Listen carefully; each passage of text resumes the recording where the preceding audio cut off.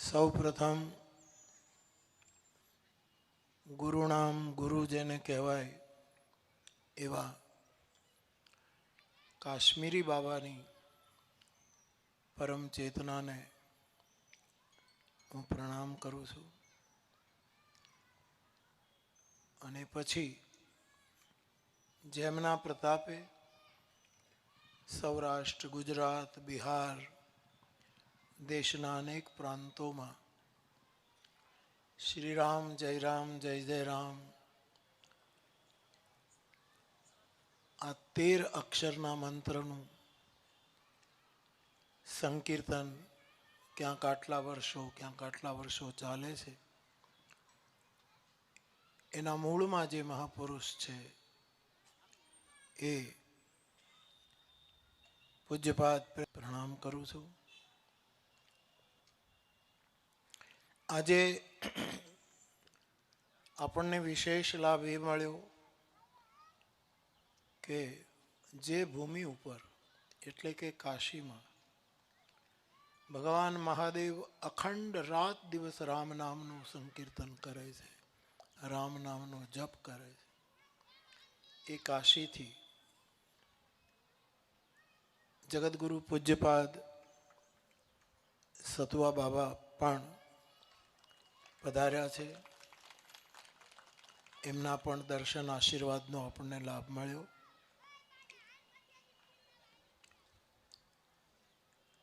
અમારે પૂજ્ય મુરલી બાબા ઓમકારેશ્વરથી પધારે છે. એમને પણ મારા પ્રણામ. અને મહુવાની જનતા દર વર્ષે આપણે બધા અહીંયા મળીએ છીએ. આપ સૌની જીભ ઉપર પણ રામનું નામ છે. પ્રસંગે આપ સૌને પણ હનુમાન જયંતીની વધાઈ આપી અને આ દિવસે આવકારું છું. અખંડ સંકીર્તનમાં 24 કલાક બારીથી જે ભાઈ બહેનો સંકીર્તનની અખંડ ધારાને સતત વહાવી રહ્યા છે એ સૌ સંકીર્તન કરતા સૌ ભાઈ બહેનો અને આ સેવામાં જે પરિવારનો માનસી રૂપે, વિત્તજા રૂપે, તનુજા રૂપે સતત સેવા થઈ રહી છે એવા આપણા સૌના સ્નેહી રેશભાઈ સંઘવી અને એમનો આખો સંઘવી પરિવાર. હમણાં મંચ સંચાલક શ્રી કહેતા હતા કે હરીશભાઈ કંઈક ને કંઈક નવી વાત કરશે. એમણે રસ્તામાં જ અમને કહ્યું અને આવતા વર્ષે ચૈત્ર શુક્લ ત્રયોદશીથી ચૈત્ર વદ ચતુર્થી સુધી પૂજ્યપાદ ગોસ્વામી વલ્લભ કુળભૂષણ યદુનંદજી મહારાજની ભાગવત કથા અથવા તો ભાગવતમાંથી કોઈ પણ એક પ્રસંગ લઈને એ આપણને કથામૃત પીરસશે. આપ સૌ જાણો છો કે એક વખત આ સંકીર્તનના હનુમાન જયંતીના પ્રસંગે એ પણ મંચ પણ ઉપસ્થિત હતા અને એમને પણ આપણને આશીર્વાદ આપ્યો. આપણે પૂજ્યશ્રીને રિક્વેસ્ટ કરીશું કે એમને જે પ્રસંગ ભાગવતમાંથી લેવો હોય એ પ્રસંગ પર હું પણ કેટલા દિવસ અહીંયા આવીશ તો મને પણ લાભ મળશે. જેટલા દિવસ આવીશ એટલા દિવસ અને આખું મહુવા પણ એનો લાભ લઈ શકશે. અને સાથે પંચમી નહીં પૂજ્ય પ્રેમ ભિક્ષુકજી બાપજીની પુણ્યતિથિ નિમિત્તે આ વખતે આ ઉત્સવ મહુવાને મળ્યો છે એ પણ આપણા સદભાગ્ય છે. પ્રેમ ભિક્ષુકજી બાપજીના દર્શન મેં કર્યા છે. એના કીર્તનમાં પણ હું જોડાયો છું. ક્યારેક ક્યારેક મહુવામાં એ વિરાજતા હોય ને એ દિવસોમાં જ્યારે મહુવામાં કોઈ જગ્યાએ કથા હોય, રામકથા, ત્યારે આપ આશીર્વાદ આપવા માટે પણ પધાર્યા છો. એટલે કે એમના આપણા સૌ ઉપર આશીર્વાદ રહ્યા. આમ તો જેમ કહેવાયું કે 29 વર્ષ પહેલા આ સંકીર્તનની શરૂઆત થઈ અને જે વડીલોના નામ લેવાયા, રસિકભાઈ, ભગવાનભાઈ, છબીલદાસ મહેતા સાહેબ અને બધા જ વડીલો, એમની હાજરીમાં સંકીર્તનનો આરંભ થયો. સ્વાભાવિક છે, આપણે માણસ છીએ, આપણને વિચાર થાય કે આ લાંબુ ચાલશે. 2-3 એવી સલાહ પણ આવેલી એ વખતે, મારે છબીલદાસભાઈને પણ વાત થયેલી કે આપણે એવું કરીએ કે 1 વર્ષ સુધીનો સંકલ્પ કરીએ અને પછી જોઈએ. વળી એક બીજી સલાહ આવી કે 1 વર્ષ નહીં 3 વર્ષનો સંકલ્પ કરીએ. આવી વાત આવી. છબીલભાઈ મને કહેતા હતા કે બાપુ શું કરીશું? મેં કીધું હરિનામનો આરંભ હોય એનો અંતનું ન વિચારી શકાય, એનો આરંભ કરાય. જ્યાં સુધી ચાલે ત્યાં સુધી આપણી શ્રદ્ધા હશે, આપણો વિશ્વાસ હશે તો એ ચાલુ રહેશે. આપણે નહીં હોઈએ ત્યારે પણ ચાલુ રહેશે. છબીલભાઈ તો ગયા, પણ સંકીર્તન ચાલુ છે અને 29 વર્ષ થયા. તો ભગવત કૃપા છે. અને કોઈ અતિશયોક્તિ ન ગણશો, અને ગણો તો તમે જાણો. પણ મહુવાનો જે વિકાસ થઈ રહ્યો હોય, આપણા પૂર્વ નેતાઓના સેવાને લીધે આપણે એના બધા સાક્ષી છીએ. મહુવામાં મોટે ભાગે ભૌતિક વિકાસ થયો હોય, માનસિક રીતે વાતાવરણ શાંત રહ્યું હોય. આખા ગુજરાતમાં કે આખા દેશમાં વાતાવરણ કોઈને કોઈ કારણસર ડહોળાયું હોય અને છતાંય મહુવામાં વાતાવરણ ડહોળાયું ન હોય.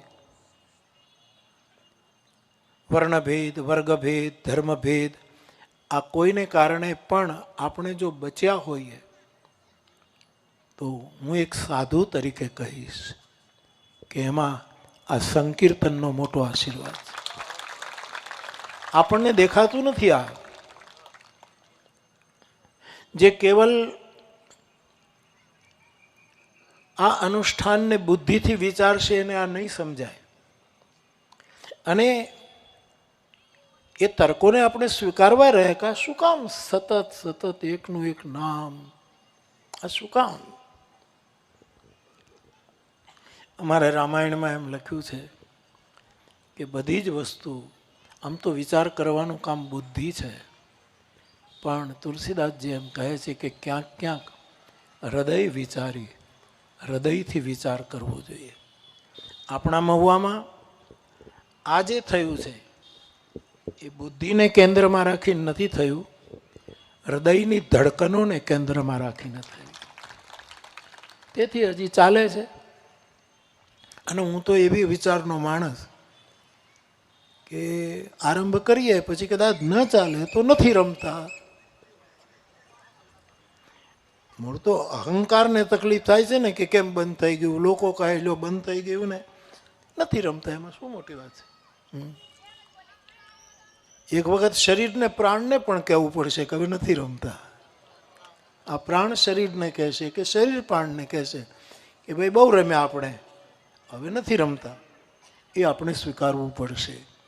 પણ આપણે શું કામ એવું વિચારીએ કે ઘણા માણસોના વિચારો જેવા હોય કે હરેક વાતમાં એમ કંઈક લાંબુ નહીં ચાલે. કોકના નવા નવા લગ્ન થયા હોય, બંને છોકરો છોકરી રૂપાળા હોય, પ્રેમથી બિચારા બંનેના પરિવારો પણ સારી રીતે સંમત થયા હોય અને બધું હોય, તોય ઘણા લોકોને આવો જ ડાઉટ જાય કે ભલે અત્યારે વાતો કરતા હોય પણ લાંબુ નહીં ચાલે. આ લાંબુ નહીં ચાલે, લાંબુ નહીં ચાલે એવું જે વિચારે છે ને એનું લાંબુ નહીં ચાલે. આવા વિચારો, આવા તર્કો, આવા સંદેહો લાંબુ નહીં ચાલે. ભગવાનની કૃપા 30 વર્ષ આ કોઈ સામાન્ય વસ્તુ નહીં.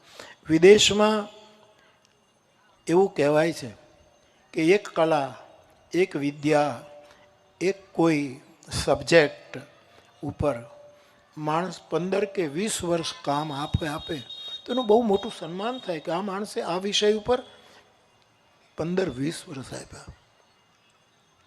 આપણે ગૌરવ લખશે કે શ્રીરામ જય જય રામને મહુવાએ 30 વર્ષ આપ્યા. આ કોઈ જેવી તેવી ઉપલબ્ધિ નથી. અને 2 માણસ કીર્તન કરે, એક બોલે ને એક ઝીલે, 200 કરે, એ સંખ્યામાં કદી પડવું પણ નહીં. એક જ માણસ બોલે ને પાછો એ પણ ઝીલે તોય ધારા ચાલુ છે.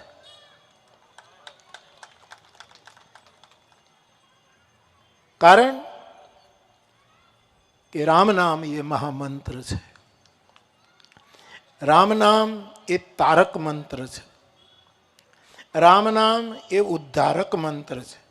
ઉપનિષદની દ્રષ્ટિએ તારક છે. રામ નામ એ મહામંત્ર છે. રામ નામ એ હું કથામાં કહું છું પરમ મંત્ર છે. તો આ 13 અક્ષરનો મંત્ર, આમ તો 13નો આંકડો બધા અપશુકન માને છે. આ બિલ્ડરોને તો વધારે ખબર હોય કે 13મે માળે કોઈ ફ્લેટ ન લે, અથવા તો ફ્લેટનો નંબર 13 આવતો હોય તો એ ન લે, અથવા તો 2 12 કરી નાખે, અથવા તો 2 14 જેવું કરી નાખે. બધું જ અમંગલ હશે, પણ એક 13નો આંકડો આ બ્રહ્માંડમાં એવો છે કે જે મંગલ ભવન છે. અને તે છે શ્રી રામ જય જય રામ. આ 13 મત અને 13ની સંખ્યાનો આપણે ત્યાં બહુ મોટો મહિમા છે. શુકન શાસ્ત્રમાં માનવીના વેમ જગતને લીધે જે હોય તે, પણ આ મંત્રની સાથે એક વસ્તુ સંકીર્તન કરનારા, એના ઉપર પારા જેવા પ્રવચનો કરનારા, સાંભળનારા, એ બધાએ એક વસ્તુ યાદ રાખવાની કે આ 13 અક્ષરનો જે મંત્ર છે એની પાછળ ગુરુ નાનકનો 13 ભાવ છુપાયો છે. મેં વારંવાર કહ્યું છે કે નોકરી કરતા હતા અને 1 2 3 4 5 6 7 8 9 10 11 12 અને 13, એ 13 આવ્યા અને જાગૃતિ થઈ ગઈ. અને એ કોઈ બીજી જ અલગ સરકારના નોકર બની ગયા. તો 13 એ તો 13નું 13, અને પછી પંજાબીમાં કદાચ 13 કહેતા હશે કે જે હોય, પણ 13 પછી 13 થઈ ગયું, જે હોય. પણ આપણે એનો અર્થ એવો કરવો કે રામ નામનું સંકીર્તન કરીએ 13 નામના, ત્યારે એક ભાગ રાખો, એ જ ભાવ રાખવાનો કે 13 મેરા મુझ મેં કુછ નહીં. મારે કથી આ મંત્રનું ફળ પણ મારે નથી જોઈતું, મારે તત્ક્ષણ એનો રસ પીવો છે. મેં વચ્ચે કહેલું, આપણે ગધેહર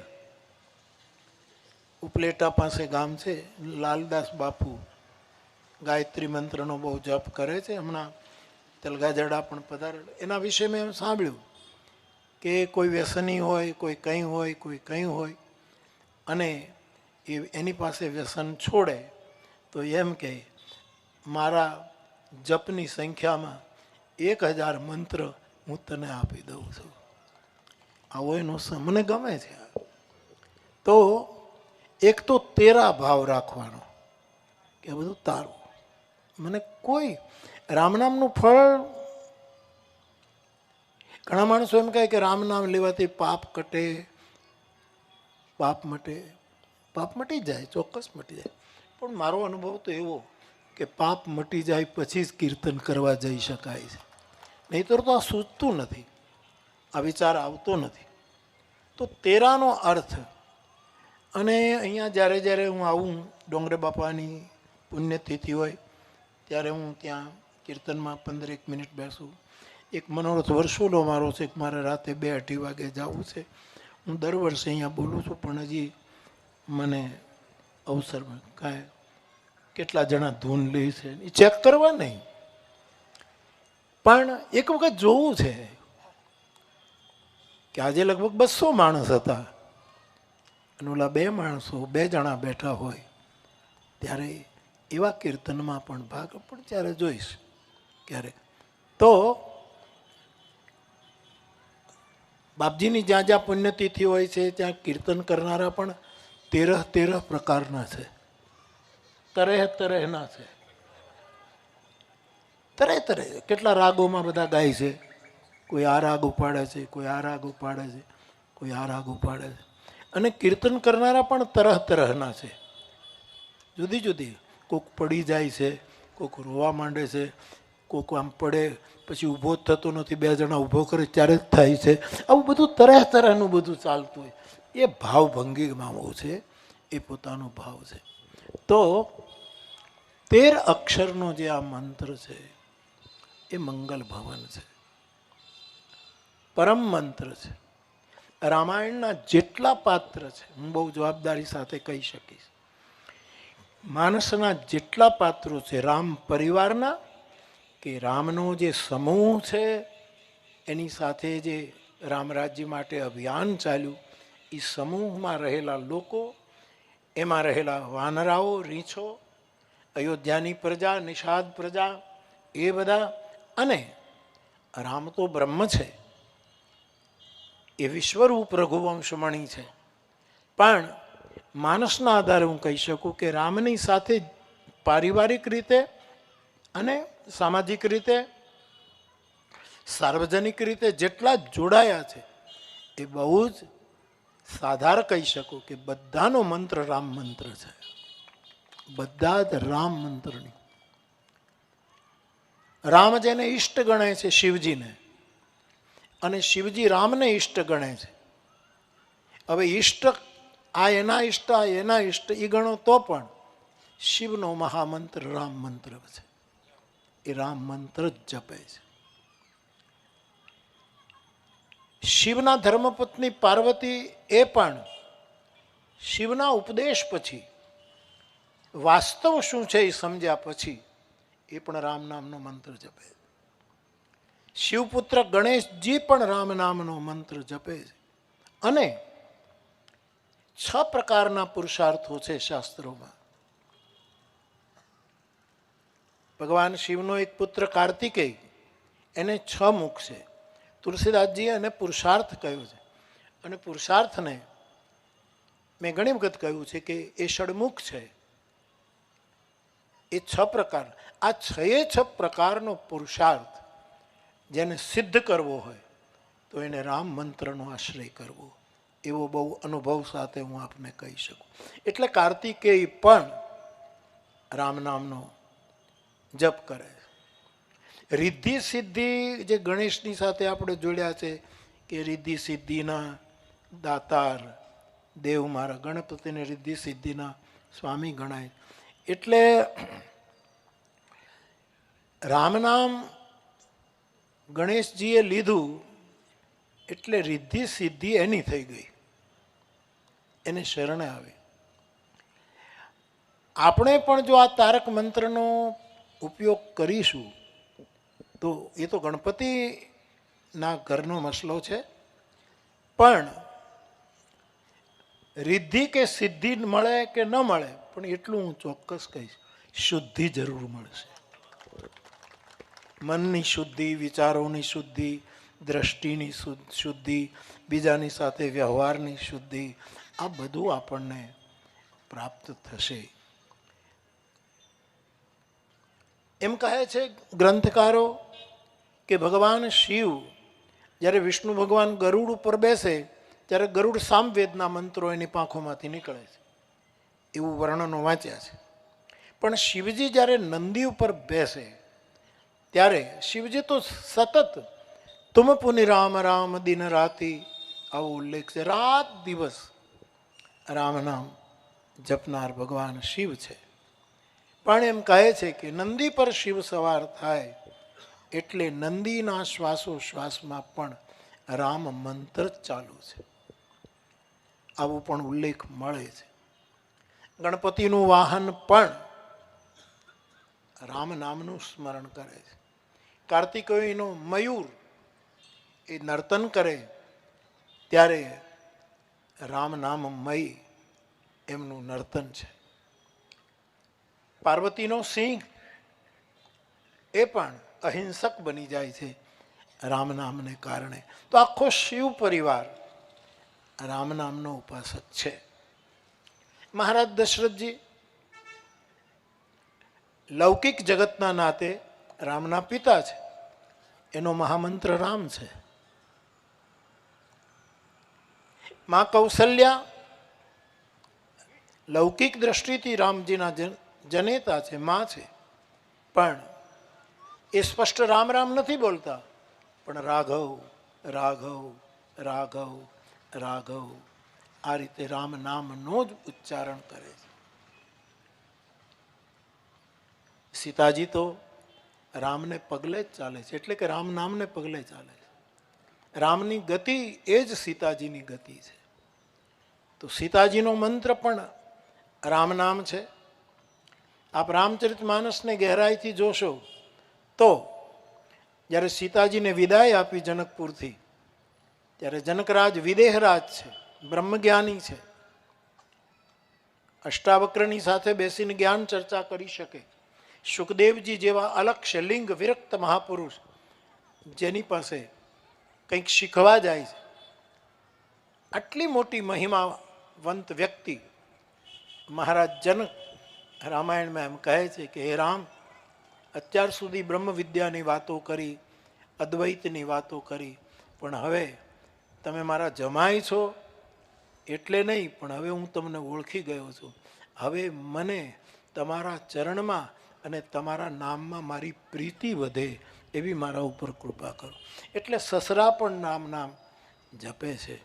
અને એની સાથે રહેલી સુનૈના, જેની દ્રષ્ટિ શુદ્ધ હોય, એ પણ મને એવું લાગે છે કે રામ નામ જ, એનો મને ઉલ્લેખ નથી મળતો, પણ એ રામ નામ જ જપતા હશે એમ હું સ્વીકારું છું.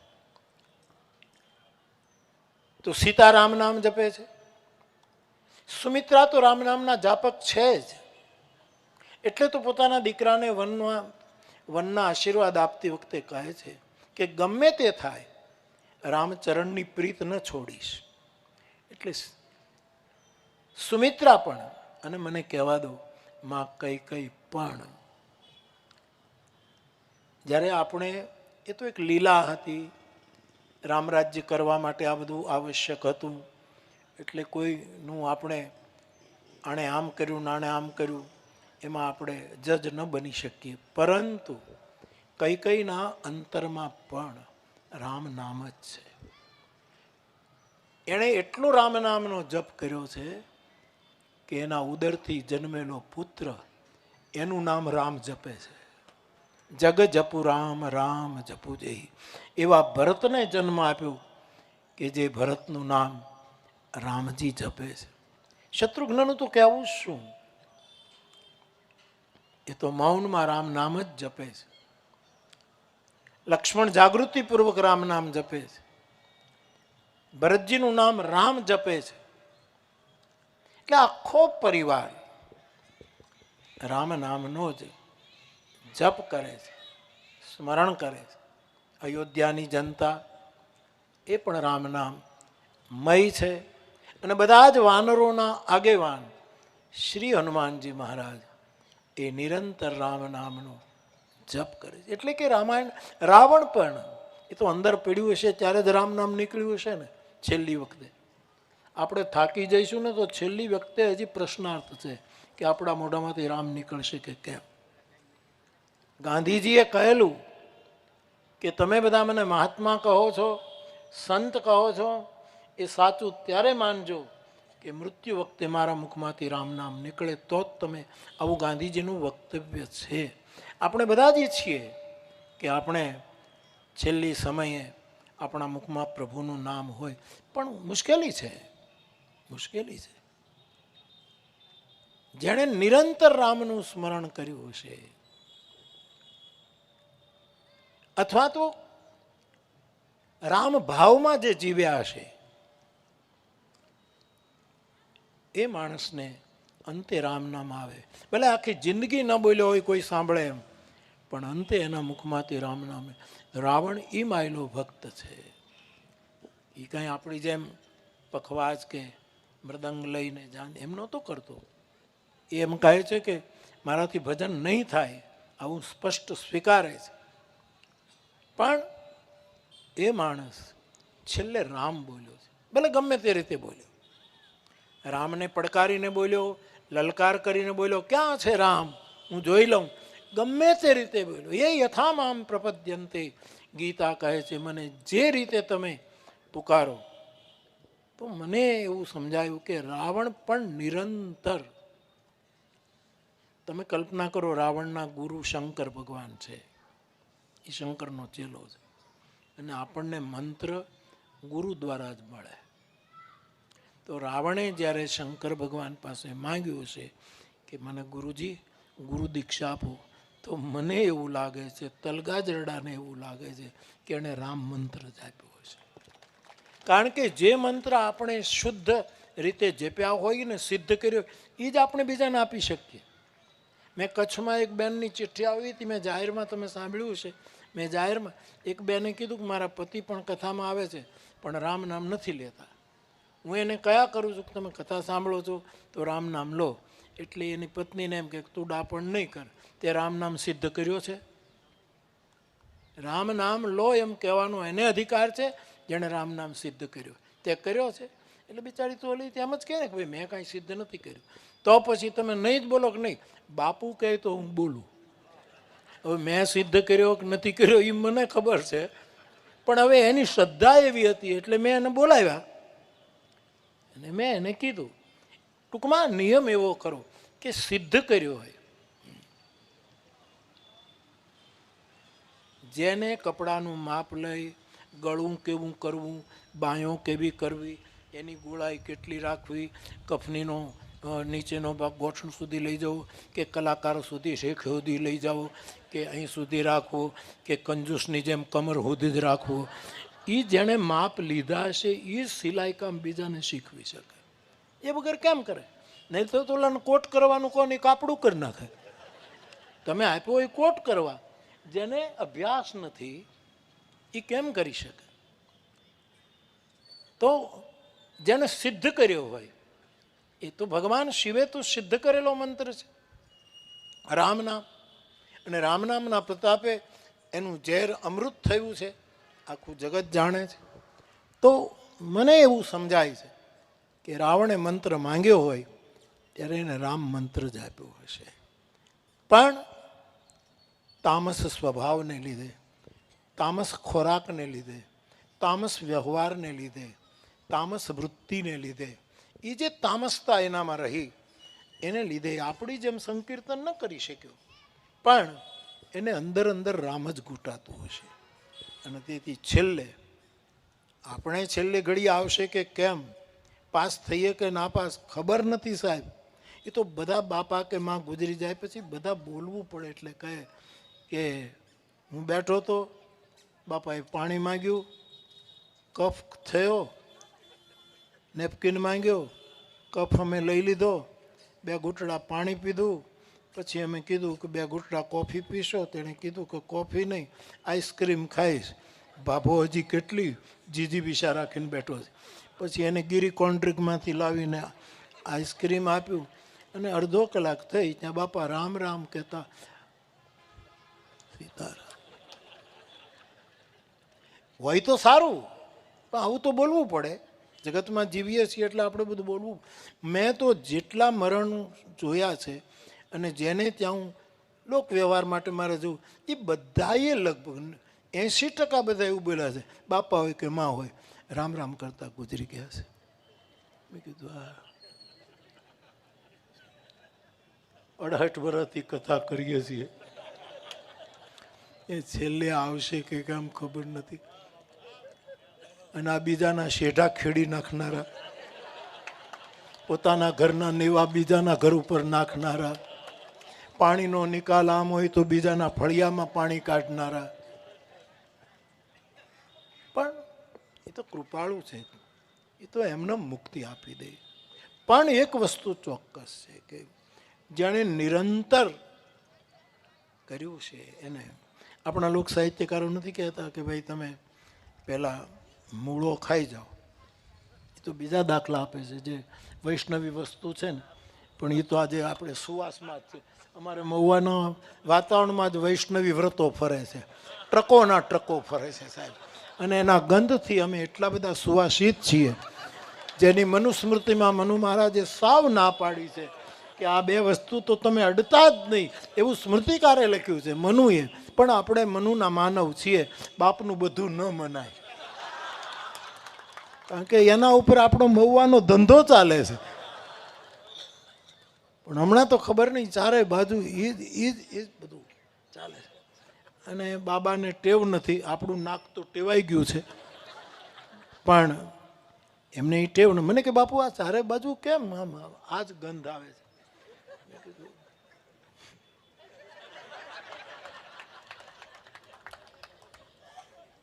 અમને ના આવે કે કોઈક લક્ષ્મણે અમારા નાક કાપી નાખ્યા છે, એટલે અમને નાકની નાક પ્રષ્ટમ ભાગવત કહે, અમને નાક એટલે સ્વર્ગની કોઈ અપેક્ષા નથી, અમારે કશુંય નથી જોઈતું. તો મૂળો ખાઈ લીધો હોય, આ તો બહુ બહુ જૂનું દ્રષ્ટાંત. મૂળો પહેલાં ખાઈ લે અને પછી સારામાં સારો દૂધપાક હોય, પૂરી હોય, છૂટી મગની દાળ હોય, બધું જ સરસ હોય. અને ઘણા વખતે દૂધપાક મળ્યો હોય, એમાં આપણી રુચિ હોય, અને આપણે સારી રીતે એના પહેલાં એક ટંક આપણે ભૂખ્યા રહ્યા હોઈએ કે આજે તો એ દૂધપાક આપણે ઉપર એક મૂળાનું બટકું આટલું પતીકું, એક જ ચાંદીના રૂપિયા જેવડું જે પતીકું હોય, રાણી સિક્કાના રૂપિયા, એ પહેલું પડી જાય અંદર. અને પછી ગમે તેવું આપણે કોનું દૂધપાક આવે છે? ગૌતમભાઈનું, ગૌતમ સ્વીટ માર્ટનું દૂધપાક આવે, એ ગમે તેટલું પીએ, પણ જ્યારે ઓડકાર આવે ત્યારે મૂળો જ બહાર આવે. આટલું પતીકું 1 કિલો દૂધપાકને દબાવી. આ તો હકીકત છે, બધાને જે નીકળે એ સ્વાભાવિક. એ તો એક સ્થૂળ વસ્તુ છે, પણ આના ઉપરથી આપણે પ્રેરણા લઈ શકીએ કે જેની નાભીમાં પહેલાં રામ નામનું મંત્રનું એક સિક્કો પડ્યો હશે. રાણી સિક્કાનો નહીં, રાજા રામ અને મારી મહારાણી સીતા એના નામનો સિક્કો જેની નાભીમાં પડ્યો હશે, એ જ્યારે છેલ્લે નીકળશે એની ઉપર ભલે ગમે તેટલી તામસતા, રજોગુણતા, ગમે તેટલા ગુણો, ગમે તેટલી વસ્તુઓ આવી હશે, પરંતુ એ કામ કરશે અને એ પાછો બહાર નીકળશે.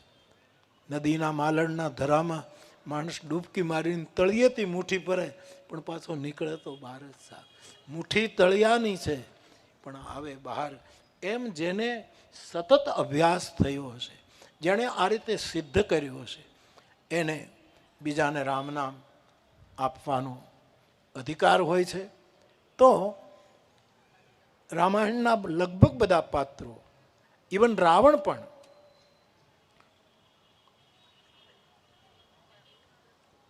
રાવણને ઘણા ગુરુ તો માન્યા હશે ને, રાવણને ગુરુ માન્યા.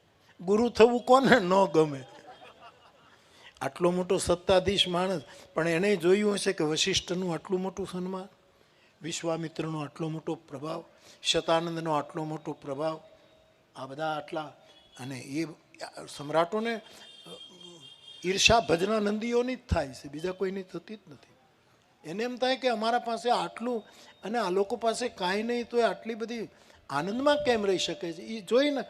એટલે રાવણે જ્યારે આ બધું જોયું હશે અને એનો પોતાનો રામ મંત્ર એની પાસે હશે, તો કોઈ પણ ગુરુ, તો રાવણે પણ બધાને કીધું હશે કે જાહેરમાં નહીં, જાહેરમાં તો રામનો વિરોધ કરજો, પણ મનમાં રામ રામ રામ રામ કરજો. અને સાહેબ એનું પરિણામ એ આવ્યું કે ખરદૂષણ એ જ્યારે રામ એની સામે યુદ્ધે ચડ્યા, 14,000 હતા, એ 14,000 એ મનમાં આ મંત્રનું સ્મરણ કરતા હશે. બધા રામરૂપ થઈ ગયા છે એવું રામચરિત માનસમાં લખ્યું છે. પરસ્પર રામ દેખાય છે, અને આ રામ દેખાય અને આ રામ દેખાય, અને રામ નામની સાથે દર્શન થાય તો એની મુક્તિ થાય. એટલે આ રામ આનામાં જો કે આ રામ છે એટલે ઓલો માને કે આ તો રામ છે, મારી નાખો. ઓલાને એમ થાય કે આ રામ છે એટલે મારી નાખો, અને એકાબીજા તરી ગયા સાહેબ 14,000. કારણ કે અંદર ક્યાંક રામ નામ. અને મને કહેવા દો, રાવણની ધર્મપત્ની મંદોદરીનો મંત્ર તો રામ નામ જ હતો. કારણ કે મંદોદરી શબ્દમાં જ રકાર અને મકાર બંને સમાહિત છે. મકાર પણ છે અને રીમાં રકાર પણ છે, આ મંદોદરી. અને જેના ઉદરને બહુ અપેક્ષાઓ નહીં હોય, જેનું ઉદર મંદ નહીં હોય, જેનું ઉદર ઉદાર હશે, એ મંદોદરી. જે મંદ ઉદરી નથી, ઉદાર હૃદય છે. ઉદાર એનું પેટ ઉદાર છે, અને એ ઉદારતા રામને કારણે આવી હશે, રામ નામને કારણે આવી છે. વિભીષણનો મંત્ર તો રામ જ છે. રામ નામ અંકિત ગ્રહ શોભા બરનીને જાય, નવ તુલસી કે વૃંદતા દેખી હર્ષ કપીરા. એના ઘરમાં ત્રિજટા પણ રામ નામની જ ઉપાસક છે. અને છેલ્લે ત્રિજટા સીતાની ઉપાસક બની ગયા. સીતાજીના એ સલાહકાર છે, સીતાજીને વિપત્તિમાં મદદ કરનાર વ્યક્તિ છે ત્રિજટાજી. ફરક એટલો કે સીતાને એક જટા છે અને આ સ્ત્રીને 3 જટા છે. આ એક જટા છે, આ ત્રિજટા. તો એનામાં પણ રામ નામ મંત્ર છે. સાહેબ નલ નીલનો મંત્ર પણ રામ નામ છે, જેથી કરીને સેતુ બાંધતી વખતે પથ્થર ઉપર રકાર અને મકાર, રા અને મ લખીને સેતુ બંધાયો છે. અને રામનામમાં શું છે સાહેબ, તમે કોકને રામનામ આપો અથવા તો રામ રામ કરો, આપો નહીં ચાલો, કેમ છો ભાઈ, રામ રામ. તો એ રામ રામ જે તમે એની સામે જઈને બોલ્યા, સામેવાળો બોલે જ કે રામ રામ, લગભગ બોલે જ, પણ ન બોલે તો પણ એના દિલમાં એ અથડાઈને તમારી પાછળ પાછળ ઘરે આવશે રામ નામ, આવશે જ. કારણ કે એ ભેદ ન કરી શકે. નહીંતર તો એક વખત આપી ગયો પછી આવે નહીં. હમણાં રાજકોટનું એરપોર્ટમાં આપણા એવિએશન મિનિસ્ટર કહેવાય ને, આ પ્લેનવાળા મિનિસ્ટર, એ હમણાં આવેલા. તો હું એ વખતે રાજકોટ હતો. તો પરસોત્તમભાઈ રૂપાલા સાહેબે બહુ સરસ, એને સાંસદ તરીકે જવું પડ્યું, એટલે મારા એક ફંક્શનમાં એ થોડાક મોડા પડ્યા, એટલે માફી માંગતા બાપુ મારે જવું પડે. ત્યાં અમારો મંત્રી આવ્યા હતા અને એરપોર્ટમાં, એટલે એ મંત્રીએ એવું કીધું કે મારી યોજના એવી છે કે આટલા એરપોર્ટ નવા બનાવવા છે, આટલા નવા હેલિપેડ, છાપામાં આવી ગયું કે આટલા એરપોર્ટ બનાવે. મહુવાનું નામ તો એમાં ખબર નહીં, મહુવાનું નામ ઘણામાં નથી આવતું, આવતું રહી જાય છે, આવે આવે આવે આવે આવે અને નીકળી જાય. હા, અરે મેં કેટલી વખત કીધું, આપણે બરણીથી સંતોષ રાખો ને, જિલ્લો જવા દો ને. આપણે બરણીમાં અથાણું કરી લેવું, જિલ્લામાં કરવું ક્યાં કરવું, જિલ્લો ક્યાં કરવું. હા, 98થી માંગણી છે, થાય તો આપણે તો રાજી જ થઈને સાહેબ, રાજી જ થઈને. પણ હું ઘણી વખત બોલ્યો છું, હું 2-3 વસ્તુ મહુવા માટે બોલ્યો છું, મહારાજા કૃષ્ણકુમાર સિંહજી માટે બોલ્યો છું. પણ હવે મારો અવાજ છે ને રાજ્ય સુધી ન પહોંચે, રામ સુધી પહોંચે. મારી વાણીનો રેન્જ બહુ મોટો છે. આ તો બધા વાયા વાયા છે સાહેબ, આ તો બધા વાયા વાયા. હા, આનું ઠીક છે મહુવાનું, કારણ કે મહુવામાં હું ભણ્યો, મહુવામાં મેં ભણાવ્યું. કેવું ભણાવ્યું તો હું જાણું છું, પણ ભણાવ્યું. મહુવામાં હું રહ્યો, એટલે મહુવા માટે મને આનંદ છે. મહુવાનું મને ગૌરવ જ હોય ને, સીધી વાળી છે સાહેબ. એટલે અહીંનો ઉત્કર્ષ થાય એ તો આપણે બધા જ ઈચ્છીએ, પણ હવે નથી સંભળાતું. જે જ્યારે થશે થવું હોય તો થાય, નહીં તો કાંઈ નહીં. પણ આવું હું બોલ્યા કરું છું. પણ અમુક વખત બોલાય, પછી શું બોલ કરવું, હું કરું એટલા માટે. એટલે એ મિનિસ્ટર સાહેબ એવું બોલ્યા કે મારે હવે એવા એરપોર્ટ આ બનેલો પ્રસંગ એવું કરવું છે કે રાજકોટમાંથી કોઈ પ્લેનમાં રાજકોટના એરપોર્ટમાં લાઇબ્રેરી કરવી છે. હા, એટલે બધા કવિઓના, લેખકોના પુસ્તકો હોય, અને એને ખબર કે પ્લેન 2-3 કલાક મોડું પડે જ, કારણ કે એના એ મિનિસ્ટર છે, એટલે એને લગભગ ખબર હોય કે આ તો થાય જ. એટલે શું કરવાનું કે લોકો બેસી રહે તો પુસ્તકો વાંચે. વિચાર સારો છે. અને પછી એને એ મહાશય એમ કીધું કે પછી મારે એવું કરવું છે કે પુસ્તક લઈને જ્યાં જાય, અહીંથી પછી ભાવનગર મામાનું લાઇબ્રેરી હોય, અથવા તો અમદાવાદનું રાખો ને, અમદાવાદના એરપોર્ટમાં લાઇબ્રેરી હોય, તો મુંબઈ જાય તો એ પુસ્તક લેતા જાય. 1-2 કલાક ફ્લાઇટ લેટ થાય તો ત્યાં વાંચે, પછી પ્લેનમાં 1-8 કલાક થાય, પણ એ મોટું મુંબઈ 4-5 ચક્કર ખવડાવે, આમથી આમ કરે, એટલે ત્યાં સુધી પુસ્તક એ વાંચે. અને પછી મુંબઈમાં પાછી લાઇબ્રેરી રાખવાની એરપોર્ટમાં, ત્યાં એ જમા કરાવે. એટલે પુરુષોત્તમભાઈ એમ કહે કે એ ખોટું, અહીંથી લઈ જશે એ જમા નહીં કરાવે સાહેબ. કે એ સાહેબ તમારું સપનું ખોટું પડશે. અમે છે ને લઈ લઈએ, રામ રામ કહીએ, પણ આમાં વાળો ન પણ કરે. એટલે એને સરસ કે અહીંથી લઈ તો જશે, આખી લાઇબ્રેરી ખાલી કરી નાખશે. પણ તમે એમ કહો મુંબઈમાં જમા કરાવે સીતારામ, એ નહીં કરે. રામનામમાં એમ નથી સાહેબ. બીજાને કરેલા રામ રામ એ ન બોલે તો પણ એના હૈયે અથડાય અને પાછા આપણી પાસે આવીને ઊભા રહેશે. એ મંત્રનો મહિમા છે. આ તો રામ નામ નાનું એવું છે, સતત રામ રામ બોલીએ એટલે લોકો એમ કહે છે કે આ શું આમનામ યંત્રવત કરો છો. એને ખબર નથી. આમ તો હું ન કહું, પણ એનું નસીબ હજી ખુલ્યું નથી સાહેબ, એનું નસીબ ખુલ્યું. હું તો શું તમારી સામે મોટો થયો છું. આ જેપી હાઈસ્કૂલમાં ભણ્યો, પગે ચાલીને જઈએ, ઉનાળાનો તાપ હોય, સ્લીપરની પટ્ટી તૂટી જાય, એમાં ખૂળ નાખીએ અને ઠેકડા મારતા મારતા પહોંચીએ, એ સ્થિતિ હતી. તમે એક મોરારી બાપુને આદર્શ બનાવો એમ નહીં, પણ એની સામે દ્રષ્ટિ રાખીને નક્કી કરો ને કે આ રામના માણસને ક્યાં સુધી પહોંચે. નહીંતર આપણામાં કઈ કળા, કઈ વિદ્યા, કઈ વિધા, આપણું શું ગજવું સાહેબ, આપણું શું. મને કોઈક બાપુ કાશી લઈ જાય ને વેચે ને તો કોઈ મને ખરીદે નહીં. હરિચંદ્રના ઘાટ ઉપર આવે કે મોરારી બાપુને લેવા છે કોઈ, એકવાર તમે કદાચ ખરીદી લો બાપુ, કારણ કે એ તો મારા. આપણને કોણ રાખે છે? હા ચોક્કસ, મારો વિશ્વનાથ મને ખરીદે.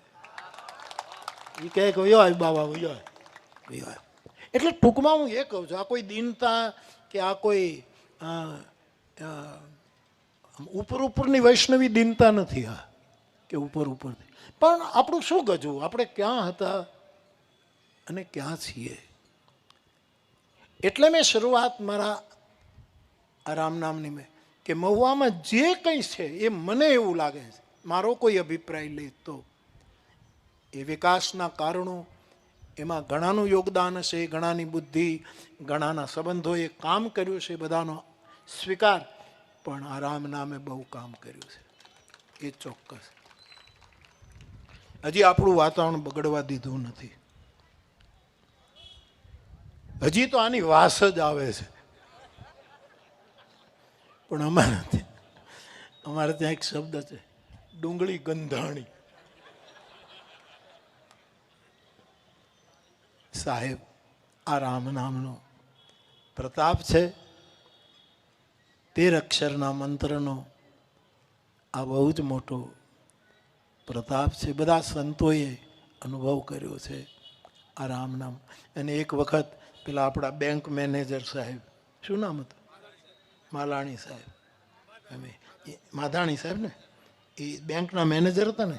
એ બેંકના મેનેજર હોવા છતાં એ બેંકમાં જે ધન હતું ને એને તુચ્છ લાગ્યું, અને એને રામ નામના ધન ઉપર એ માણસ મહુવાની બજારમાં નાચ્યો છે. અને અમારે સાહિત્ય, ગુજરાતી સાહિત્ય પરિષદનું જ્ઞાન સત્ર હતું 2 વર્ષ પહેલાં કે 1 વર્ષ પહેલાં ગુરુકુળમાં. ત્યારે સમીરભાઈ બોલ્યા કે કોણ બોલ્યા? સમીર બોલ્યો હતો. સમીરભાઈ બોલ્યો હતો કે પાયોજી મેને રામ રતન ધન પાયો. મીરાનું પદ છે કે રામ રતન ધન. તો એ બહુ સરસ કહેતા હતા કે આ રામ રતન ધન નહીં, હું તો એમ પાયોજી મેને રામ રટણ ધન પાયો.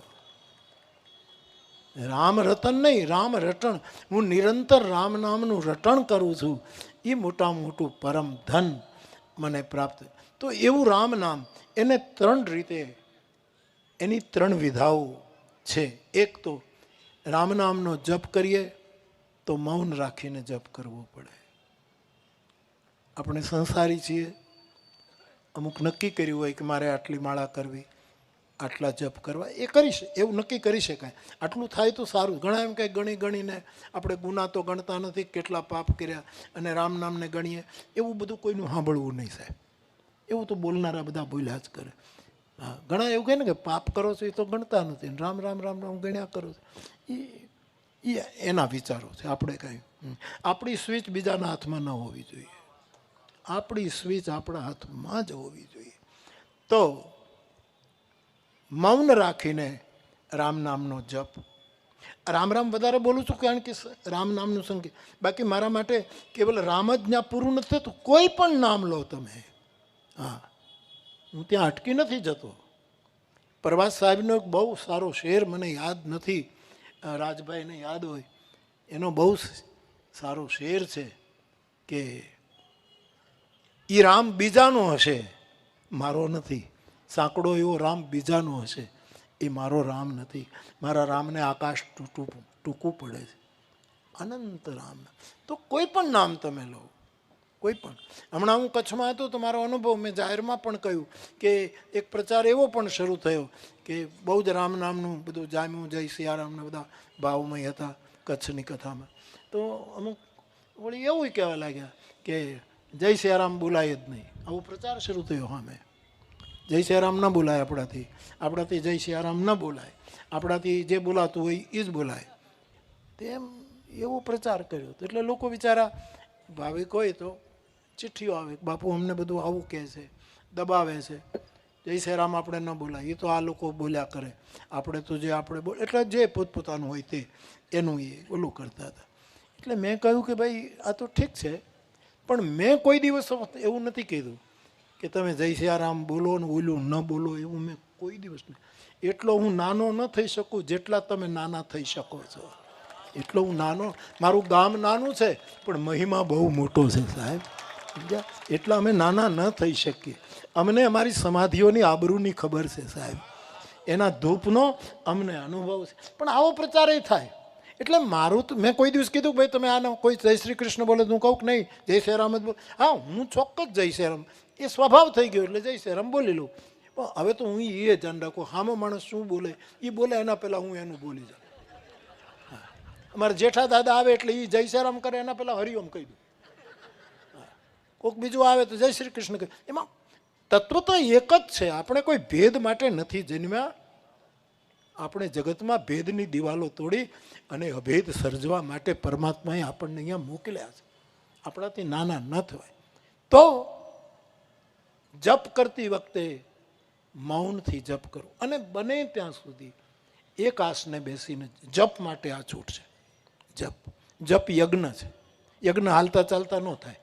ગળામાં સગડી નાખીને આહુતિઓ ન નાખ્યા કરે. ચાલો મહુવાન રેલવે સ્ટેશન પહોંચતા જાય ત્યાં સુધી ઇદમ અગ્ન એ નમઃ બધું હળગી જાય. હાલતા ચાલતા જપ ન થાય. જપનો મહિમા છે. તમારે એક જગ્યાએ બેસવું પડે, એક આસનમાં બેસવું પડે, એ બધો મહિમા જપ હોય તો.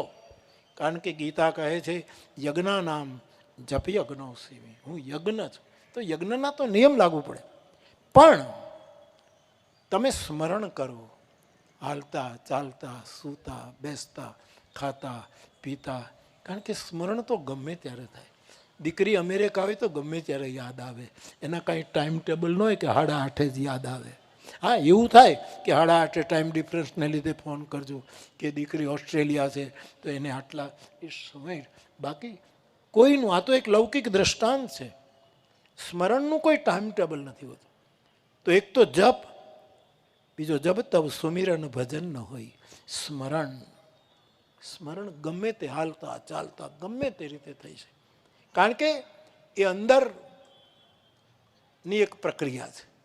અને ત્રીજું સંકીર્તન. એ સંકીર્તન તાલ સાથે, રાગો સાથે, સાજિંદાઓ સાથે, વાદ્યો સાથે, એને આપણે નાચતા ગાતા, પૂરી ચૈતન્યની પરંપરા છે. શ્રી હનુમાનજીને પણ કીર્તનાચાર્ય કયા છે. એ કીર્તન કરે. તો જપ શાંત બેસીને હરિનામનો, રામ નામનો. એટલે હું ફરી એક વખત કહું, રામ નામ બોલું એટલે તમારે તમારા જે ઈષ્ટદેવ હોય એનું સમજવાનું. જે હોય તે, કોઈ પણ ધર્મને તમે માનતા હો, એના જેનું તમે નામ લેતા હો એ. હું તો ત્યાં સુધી કહી તમે તમારું પોતાનું નામ જપો તોય મને વાંધો નથી. હા, પણ એમાં શું, અંતે નામ બધા એક જ. આપણે બીજું છે કોણ? પોતાનું નામ જપો, એમાં શું? અહમ બ્રહ્માસ્મિ આપણે કહીએ જ છીએ ને કે હું બ્રહ્મ છું, હું બ્રહ્મ છું, હું બ્રહ્મ છું. એવું બોલે છે, લોકો બોલે છે. અમારે કોબામાં એક વખત વર્ષો પહેલાં સભા હતી. એક મહાપુરુષ મારી પાસે બેઠેલા, અને મારે પરાણે મને સ્વાભાવિક વાલ કરે એટલે મને વચ્ચે બેસાડે. એ લોકોની ઉદારતા એટલે પરાણે બેસાડે. મારી પાસે એક વડીલ હતા, એ ખાલી સતત એમ જ બોલે, હું બ્રહ્મ છું, હું સાંભળું. એટલું ઝીણું ઝીણું બોલે, પણ મને કીડીના પગના નૂપુર પણ સંભળાય. કબીર સાહેબનું મને યાદ. એટલે હું એ સતત બોલે, હું બ્રહ્મ છું, હું બ્રહ્મ છું, હું બ્રહ્મ છું. અને મેં એને 2-3 વખત સામું જોયું એટલે એને વોલ્યુમ વધાર્યું. હું બ્રહ્મ છું, હું બ્રહ્મ છું, હું સારે ગ મ પદ ની, હું બ્રહ્મ છું, હું બ્રહ્મ છું. મારી સાથે એક વિનોદી વ્યક્તિ હતા, એટલે મેં એની સામું જોયું. જુઓ તો ખરા, હવે એણે ખબર નહીં શું કર્યું, ભગવાન જાણે. એની પાસે કોઈ એવો મંત્ર હતો 2 આંગળીનો, એવો મંત્ર હતો. અને એને ખબર નહીં ચોંટીઓ ભર્યો કે શું કર્યું, કે એને કર્યું. અને એકદમ એ કોણ છો? કીધું હું બાપ. ગમે તે રીતે પોતાનું નામ લો, કોઈ વાંધો નહીં. બધા નામ એના જ છે સાહેબ, એની બહાર બધું છે શું? તો એટલે પોતાનું નામ ન લેવું. આ તો વિનોદ છે, પછી તમે શરૂ કરતા નહીંતર આ ધૂન બંધ થઈ જશે.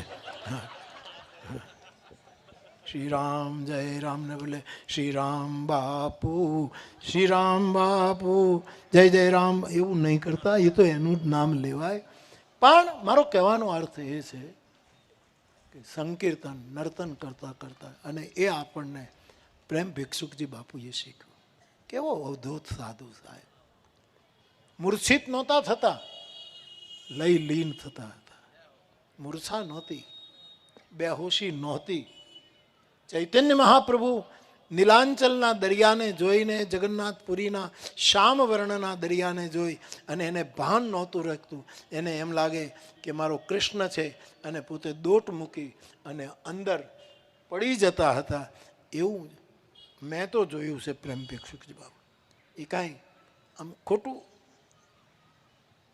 પેલું ન કરે. એના ગયા પછી અમારે ઘણું થોડુંક એવું આવ્યું, ઘણા પડી જાય ખોટા. હા, શ્રી રામ જય પડી જાય.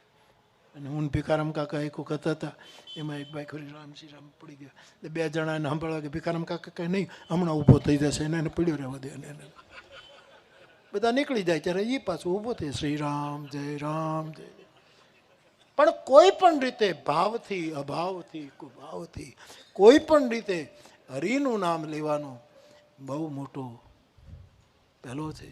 તો જપ એક આસને, મૌન શાંત સ્થિતિમાં, સુમિરન કોઈ પણ હાલતમાં, કોઈ પણ હાલતમાં, કોઈ પણ સ્થિતિમાં સુમિરન, અને સંકીર્તન જે આપણે ત્યાં 29 વર્ષથી ચાલે છે એ રીતે. તો એવો રામ નામનો બહુ મોટો મહિમા છે. જેણે જેણે એનો અનુભવ કર્યો છે એવા મહાપુરુષોના સંગમાંથી આપણને આવું બધું જાણવા મળ્યું છે. વર્ષો સુધી, વચ્ચેના 5 વર્ષ સુધી કાષ્ટમૌન ધારણ કરેલ એક વડોદરાના અવધૂત સંતનો અનુભવ છે. આખી જિંદગી મૌન રાખ્યું. અને જ્યારે હું એને મળું, સ્લેટમાં લખે, અને મારે તો કંઈ પૂછવાનું હોય નહીં, કારણ કે આપણે તો દર્શન કરીને ધન્ય બનીએ. અને એ મૌન પણ એ સામેથી લખીને આપતા કે બાપુ આટલી તપસ્યા, આટલા કાષ્ટમૌનો રાખ્યા પછી પણ હું મારા જીવનનો નિચોડ કહું છું કે સાર કેવલ હરિનું નામ છે. આખરે શેષ સુખાવસાને ઇદમેવ સારમ, દુઃખાવસાને ઇદમેવ જ્ઞેયમ, દેહાવસાને ઇદમેવ જાપ્યમ, ગોવિંદ દામો ધર્માધવેત. પ્રભુનું નામ, પોતપોતાના ઈષ્ટદેવનું નામ, આપણા ગુરુએ સિદ્ધ કરીને જે મંત્ર આપણને આપ્યો હોય એનું નામ, ચાહે જપના રૂપમાં, સ્મૃતિ અથવા તો સ્મરણના રૂપમાં, અથવા તો સંકીર્તનના રૂપમાં, એનો આ ઉત્સવ છે. અને જેમ મેં આ રામનામની કીર્તનનું આનું ઉદ્ઘાટન મેં કર્યું, બરાબર, એટલે મેં કર્યું. એક સ્વામીજી તો મારા ઉપર ગુસ્સો કરતા હતા નીચે રહેતા, કારણ કે 24 કલાક ચાલે. મેં ઘણી વખત વાત કરી છે, આપને બધાને ખબર છે. એ હું અહીં હતો ત્યારે વોક કરવા નીકળે ત્યારે આપણી રેલવે લાઈન હતી, પાટા હતા ને એ બંદર જવાના રેલવે લાઈન, અને બહુ મોટો ઢાળ હતો ઉતરવા માટે. સ્વામીજી સાંજના વોક કરવા, હવે એને બિચારાને વેદાંતી માણસ, અને 24 કલાક ધમધમાટી બોલે છે, આખો ઓરડો ગાંજે, અને નીચે બિચારા સૂઈ શકે નહીં. 3:30 વાગે ઉઠે, 7 વાગે સૂઈ જાય, અને 2:30 વાગે ઉઠે ને એને આ કીર્તન. એટલે એ ત્યાંથી નીકળે ને આવે ને જાય. એક દિવસ એણે જોયું કે આ મોરારી બાપુ પાસે તો માણસો બેઠા જ હોય, પણ એક દિવસ વળી કોઈ બેઠું નહોતું, એટલે એને અવસર મળ્યો કે રેલવે લાઈન છોડીને એણે બીજી લાઈન લીધી. એટલે ઢાળ ઉતર્યા દરવાજા તરફ અને આવ્યા. એટલે મેં તો પ્રણામ કર્યા ન, પણ જે રીતે એણે એન્ટ્રી લીધી મેં કીધું આજ આ સ્વરૂપ કંઈક જુદું છે, આજ કંઈક જુદું.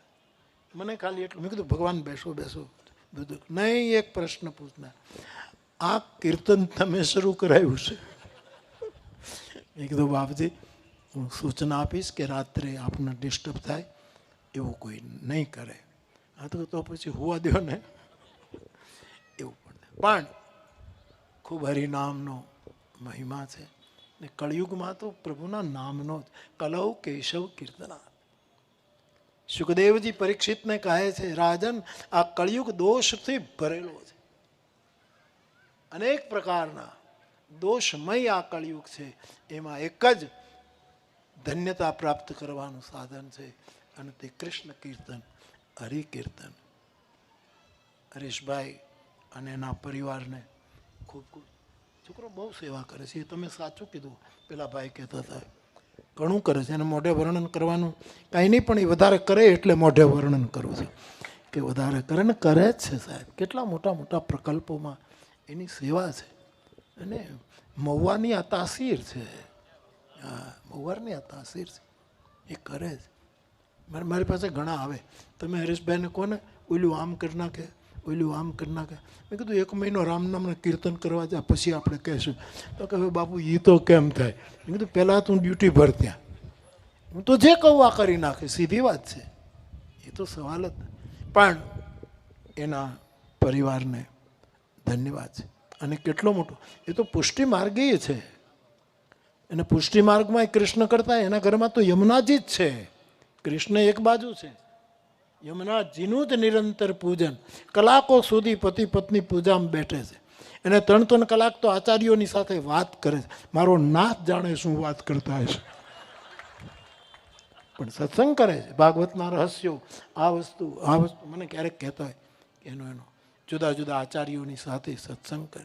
એટલે ટૂંકમાં આપણને ગમે કે આપણી પાસે એક એવો જણ છે અને એનો બહુ જ ઉત્સાહ, બહુ જ બધી પેલામાં કરે છે અને એનું ફળ પણ પ્રાપ્ત થાય છે.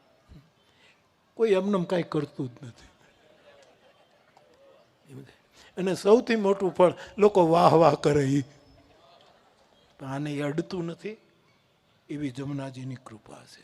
હું તો મારો રાજીપો વ્યક્ત કરું બાપ. આવતા વર્ષનો આપનો મનોરથ યમુના મહારાણી, હનુમાનજી મહારાજ સારી રીતે અને તારીખો એવી ગોઠવજો કે મને, જોકે હનુમાન જયંતિ પહેલાં 2-4 દિવસ તો હું હોઉં જ ને, મારે અહીંયા હોવું જ જોઈએ ને. હું ક્યારેક ક્યાં હોઉં કાંઈ નક્કી નથી. હા, એટલે હું 2-3 દિવસ તો હોઈશ જ ને હનુમાન જયંતિ. પાછું આગળના કે પાછલા દિવસોમાં તો હોઈશ જ. એટલે મને પણ લાભ મળે. અને કેવું સુંદર બોલે, ગોપી ગીત ઉપર, ભવર ગીત ઉપર, યુગલ ગીત સાંભળવા જેવા મહાપુરુષ, નિશંક. અને એટલા જ જમીન ઉપર છે, એટલા જ સરળ છે, એટલા જ. તો મહુવાને એક બહુ અહીંયા જ રાખશું આપણે, એમ તડકે રાખવાનું કે માંડવો નાખવાનું? આપણે પાકું કરી લઈએ. વિનોદ કરું, બધાને ભોજન. વાહ વાહ વાહ, ખૂબ ખૂબ. મારો બહુ રાજીપો બાપ. આપણે કરીએ બધા સાથે મળીને. ભિક્ષુકજી બાપુની તિથિ પણ આપણે ઉજવશું. અને સમય હશે, બાબા ફ્રી હશે તો આપણે આમંત્રણ આપશું. હા, હું અને 7 દિવસ, 9 દિવસ મારે ઓછા પડે છે બસ. પણ મને ગમે ને બાપા. ના ના ના, હું જેટલું બને એટલું કંઈક એવી રીતે ગોઠવશું કે હું વધારે લાભ લઈ શકું. મને આનંદ થાય ભાગવત કથાનું શ્રવણ કરવું અને એવા પાછા સિદ્ધ વક્તાના મુક્તિ સંભાળ કરું. તો એ તો આપણા કેટલા વાગ્યા આવે તો બંધ કરીએ ને હવે. તમારે તો કાંઈ કામ નથી. મારે સવારે 7:30 ભાગી જવાનું છે ઉત્તરાખંડ તરફ યાત્રા કરવાની. પણ હરેશ તું જોજે, રામ નામ તરફ કેટલી આ કથાનો સંખ્યા હોય ને એટલી લોકોની હાજરી હોય છે ને બાપા. આપણે આવીએ ત્યારે અમે નથી નથી નથી, પણ આપણે જોઈએ પણ આમ તો આમ જેમ જેમ આમ આમ આવ્યા જ કરે છે. રસ્તા બદલી જાય છે સાહેબ, લોકોના સરનામા બદલી જાય છે સાહેબ, લોકો એનું ઘર ભૂલી જાય છે કે મારું આંગણું ક્યાં છે. આ પ્રભુના નામનો મહિમા છે. આપણે સૌ એ નામનો આનંદ લઈએ. આપ સૌને હનુમાન જયંતીની ખૂબ ખૂબ પુનઃ એકવાર વધાય ને જલ્દી આવતે વર્ષે વળી પાછા પ્રભુ કરે આપણે આ જ રીતે મળીએ. આપ સૌને પ્રણામ. જય સિયારામ.